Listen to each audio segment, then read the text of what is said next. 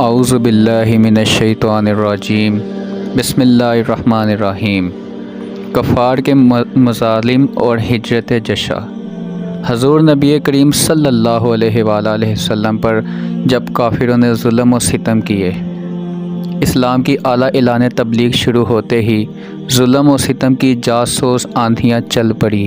کفار مکہ بنو ہاشم کے انتقام اور جنگ کے خطرے کی وجہ سے اللہ کے آخری نبی صلی اللہ علیہ وآلہ وسلم کو شہید تو نہ کر سکے، لیکن جتنا ہو سکا انہوں نے ظلم و ستم کے پہاڑ توڑے۔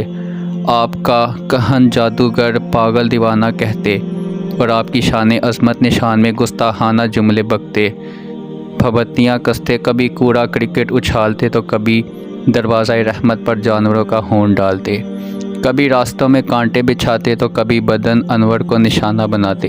ایک دفعہ جب آپ حرم کعبہ میں سجدہ کر رہے تھے تو اسی حالت میں عقبہ نامی کے ایک کافر نے مبارک پیٹھ پر بچہ دان، یعنی وہ کھال جس میں اونٹنی کا بچہ لپٹا ہوا ہوتا ہے، رکھ دیا۔ کافر یہ منظر دیکھ کر ہنسنے لگے اور خوشی سے بولے ہو رہے تھے۔ پھر حضرت بی بی فاطمہ رضی اللہ تعالیٰ عنہ تشریف لائی اور اس بچہ دان کو وہاں سے ہٹایا۔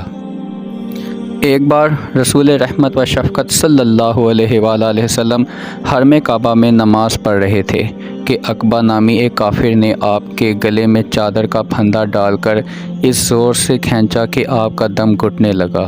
اللہ اکبر۔ حضرت ابوبکر صدیق رضی اللہ تعالیٰ عنہ یہ منظر دیکھ کر آگے بڑھے اور اس کافر کو دھکا دے کر ہٹایا۔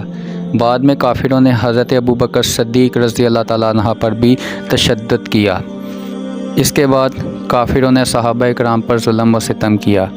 اللہ کے آخری نبی صلی اللہ علیہ وآلہ وسلم کے ساتھ ساتھ کافروں نے صحابہ کرام پر بھی ظلم و ستم کے پہاڑ توڑے۔ ایک دفعہ حضرت ابوبکر صدیق رضی اللہ تعالیٰ عنہ حرم کعبہ میں خطبہ دینا شروع کیا۔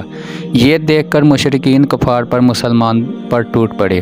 حضرت صدیق اکبر کو اتنا مارا کہ ان کا چہرہ خون سے بھر گیا، ناک کان سب لہو لہان ہو گیا۔ اللہ اکبر۔ اور ان کا چہرہ پہچان میں نہ آتا۔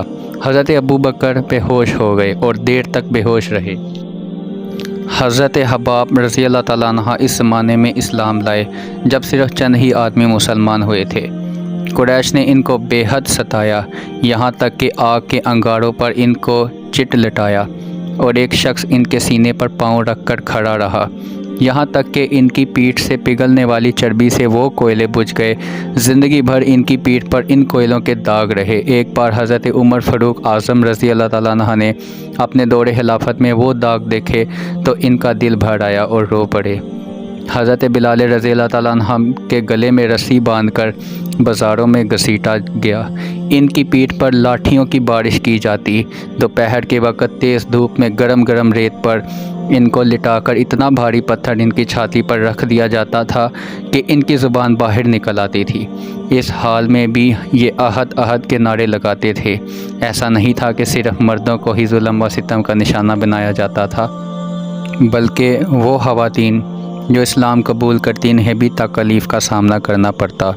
حضرت عمار بن یاسر کی والدہ حضرت سمیہ رضی اللہ تعالیٰ عنہ وہ خوش بخت خاتون ہیں جنہوں نے سب سے پہلے اپنے خون کا نذرانہ پیش کیا۔ یہ بوڑھی تھی۔ ابو جہل نے انہیں نیزہ مار کر شہید کر دیا تھا۔ اسلام کی پہلی شہید ہونے کا اعزاز انہوں نے حاصل کیا تھا۔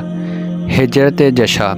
جب کفار ان قریش مسلمانوں کو تکلیف دینے سے باز نہ آئے بلکہ ان کے مظالم میں اضافہ ہونے لگا تو اللہ کے آخری نبی صلی اللہ علیہ وآلہ وسلم نے اپنے جان نثار صحابہ کو اجازت دی کہ وہ ہجرت کر کے جشع چلے جائیں۔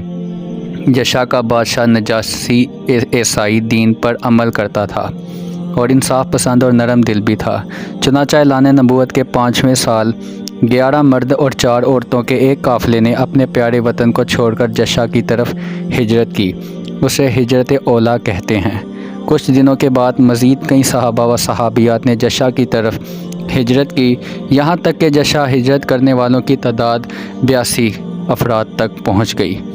یہ دیکھ کر قریش نے جشع کے بادشاہ کی طرف ایک وفد بھیجا جس نے بادشاہ سے اصرار کیا کہ وہ مسلمانوں کو قریش کے حوالے کر دے، مگر کفار کی یہ کوشش ناکام ہو گئی۔ سبحان اللہ۔ جزاک اللہ۔